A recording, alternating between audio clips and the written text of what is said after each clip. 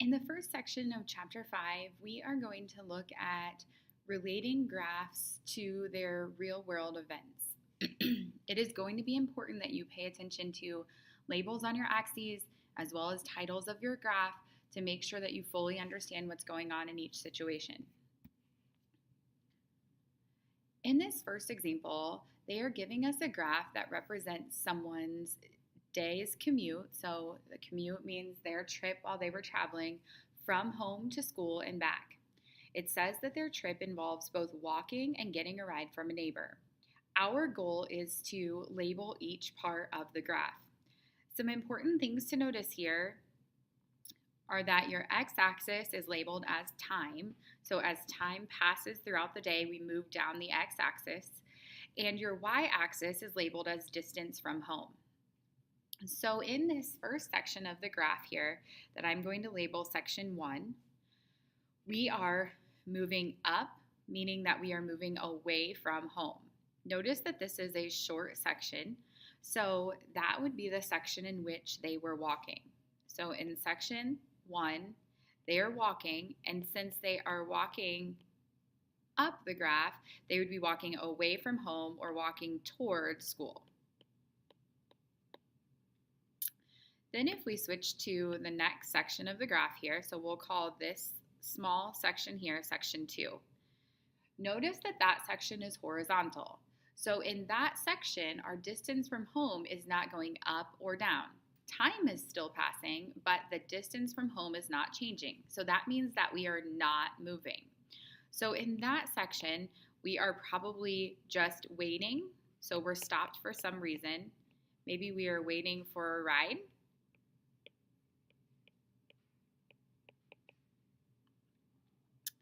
So that brings us then to the next section, which is section 3 here. In section 3, you will notice that we are again moving up on the graph, meaning that we are moving a farther distance from home.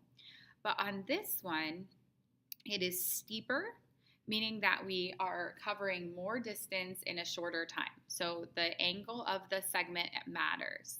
So if we are gaining more distance in a shorter time, then that means we're moving faster. So this is probably when we're riding in the car. So riding in a car, and again, we're moving away from home. So that means we're going to school. In the top section of the graph, section 4, we see a very long horizontal part. So just like section 2, where we said that the horizontal meant that we were stopped, again, we are stopped. But being stopped for that long period of time means that we've probably met our destination. So we are stopped at school. So then if you notice, our graph is symmetric, meaning that the left-hand side looks just like the right-hand side. So now we're going to basically undo the same trip that we took to school. So in segment 5, this is a long segment, not very much time passes, it's pretty steep. So we are going to again be traveling in the car, but now we're moving back down. So that means that we are moving toward our house. So we are going toward home. In segment 6 here, again, you see a horizontal segment. So like we said, that means that we're stopped. So this is probably when we are getting out of the car, getting our stuff. Before in this last segment here, segment 7, you're going to notice that it's not as steep, so we're not moving as quickly, but we eventually do end up back down here at the x-axis. And the x-axis would represent 0 distance from home. So in section 7, you're walking, and that is when you make it back to your house. So it's important that you're labeling all of your segments of the graph, and this numbering may be your easiest way to do that. So let's move to the next example here. So in our next example,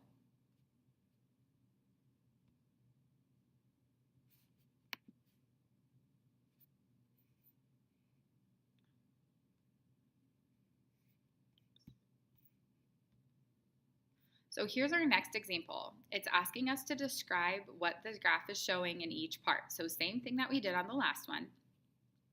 So if we look at this one, again, paying attention to our labels, we have a title that says walk in the neighborhood. Time goes across the bottom. And then over here, this says total distance, but this should really say distance from home again. So we're going to make a change on that.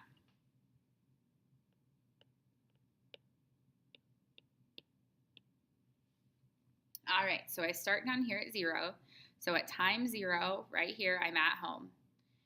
And you're going to see that in this first part of the graph here that I just labeled part 1, that it is not straight, it is curved. When we see a curved part, that means that our speed is increasing or decreasing over that time period. So that curve shows that I'm a little slower here, down here at the bottom, a little slower here, and then I pick up speed. So on that part 1, I am gaining speed.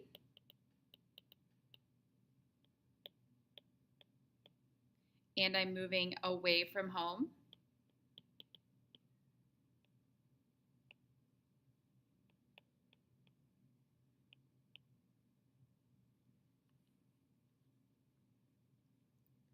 So then if we move to the next part, section 2 here is a horizontal part. So just like we said before, when we see a horizontal part, our distance is not changing, but time is still going on. So for some reason there, we are stopped. Maybe we're waiting on a traffic light, maybe we saw somebody to talk to, but for some reason there, we are stopped. In segment 3 here, you're going to notice that again, we're gaining distance away from home, but not a whole lot of time passes. So in section 3, I gain quite a bit of distance. I go up really far, but not much time passes. So that must mean I'm moving pretty quickly. So maybe on this part, I am jogging instead of just walking. Then we get to section 4 up here at the top. And in section 4, again, we have a horizontal space. So in that section, that would mean, again, for some reason I'm stopped. Moving to section 5 here. In section 5, I am, again, moving pretty quickly. If you see here, not much time passes, but I gain quite a bit of distance. But now I'm moving back toward the x-axis, which means I'm moving back toward home. So in 5, I am, again, probably jogging because I'm moving quickly, but I'm moving to home.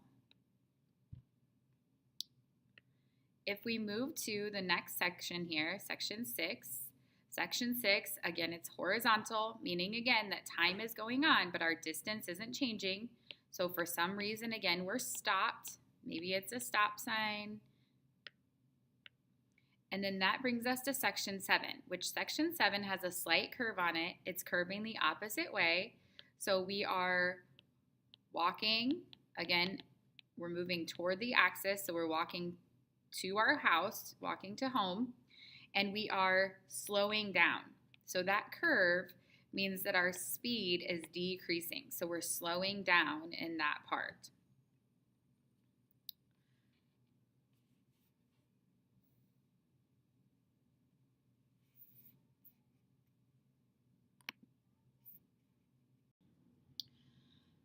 Okay, now we're going to take a look at sketching graphs ourselves instead of writing the parts of a graph that's already sketched.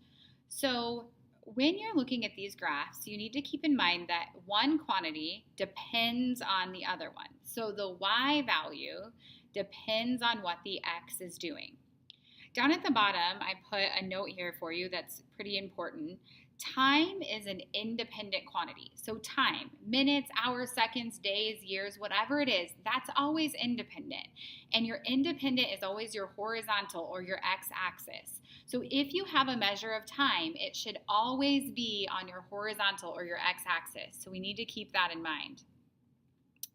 So if we look here, we want to sketch a graph of the distance from a child's feet to the ground as the child jumps rope. So time would be passing as this child is jumping rope. So like we said, time is always going to be our x-axis or our horizontal. So time.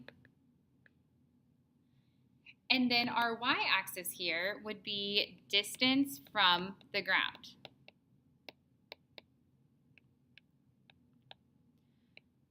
So this point here, 0, 0, would represent when you started paying attention and the child would be on the ground. So as the rope swings, the child will jump up and then start to come back down. Then jump up, come back down. Now, when he or she hits the ground, normally they jump pretty close to right away again. They don't stay in the air, so their distance is pretty much always changing. Now, some of these might get a little higher than the other because maybe the child jumps a little higher or a little lower. But they always jump and come back down. Jump, down, jump, so we can see what's happening there. And that probably doesn't surprise you because you have seen lots of times jumping rope. So if we move to the next example here,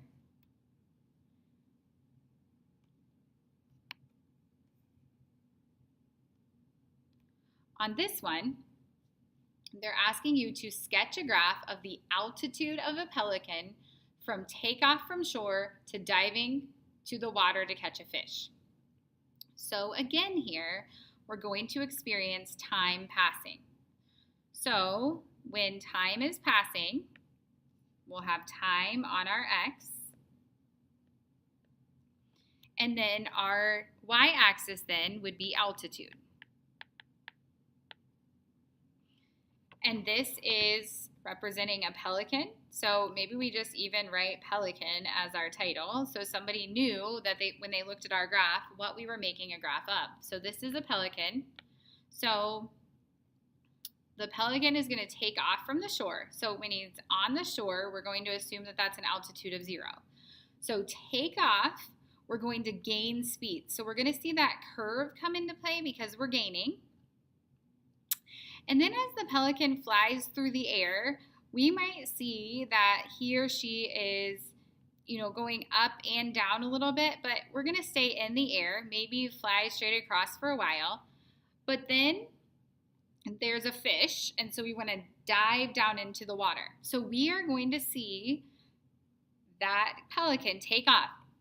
As he or she dives in, they're not going to lose their speed. So it's going to be pretty much straight down so that they can get that fish out of the water, back into the ground. Now, technically, this would cross through because we're going to break that ground or surface line to go down under the water maybe a little bit to grab that fish. All right, a couple more examples. So some graphs don't have numbers along the axes. They just have variables. And we just kind of have to think about what those numbers might be as we move through these. So as we look at these graphs here, it says a car travels at a steady speed. Which graph could you use to show the speed of the car, and which could you use to show the distance it's traveled? I went ahead and labeled these for you, but I want to talk about what's going on here. So a car travels at a steady speed. So steady means that the speed of our car is not changing. It's some number, but it's not changing. It's staying the same. So that's why this left side graph would be the correct one for speed, as you see labeled here on our vertical or our y-axis. Our graph here shows that our speed is staying steady. This flat line doesn't mean we're stopped because this is speed. Speed is at a value. I put a 3 here to maybe help you understand it. So it stays steady or stays the same at 3 this whole time. Whereas over here, if we're moving at a steady speed, then as we travel along, we're gaining distance. So when we started, we were at 0, but as we move at that steady speed, we get further and further and further along in our trip. But this line is straight because that speed is unchanging. We're not speeding up or slowing down, which is when you see those curved segments of the graph. So one more example for you here to look at is this one. And again, I went ahead and labeled the parts for you. So on this one, it says, suppose you pour water into each container below at a steady rate. So we have basically a cup, a bowl, and some sort of vase here. So when we are looking at this, on this graph, the first one here, it shows that my speed of filling takes off pretty quickly and then slows down. So that is why here we would be looking at graph choice B. So when I'm in the bottom of the bowl, it's going to fill more quickly because it's more narrow. But as I move up, it takes more time to fill from side to side because the bowl gets wider. Now, if we look at graph 2, it shows that we take off and then we slow down. See this rate in here, I'm not filling very quickly, and then it speeds back up again. So that would be option C over here, the vase. At the bottom, it's narrow, so it's going to fill more quickly. But then as I move up, it gets wider, so it takes me longer to fill this. And then as it gets narrow again, I can fill more quickly. So then finally here, graph 3 shows this straight line, meaning that we're filling at a steady pace. If I'm going to fill at a steady pace, then the width of what I'm filling has to be steady or constant the whole time. So that's why we have this mug here. The distance from side to side of the mug never changes. So it's just filling up at a steady rate from side to side. We will practice this in class more tomorrow, so make sure that you have your notes when you come to class.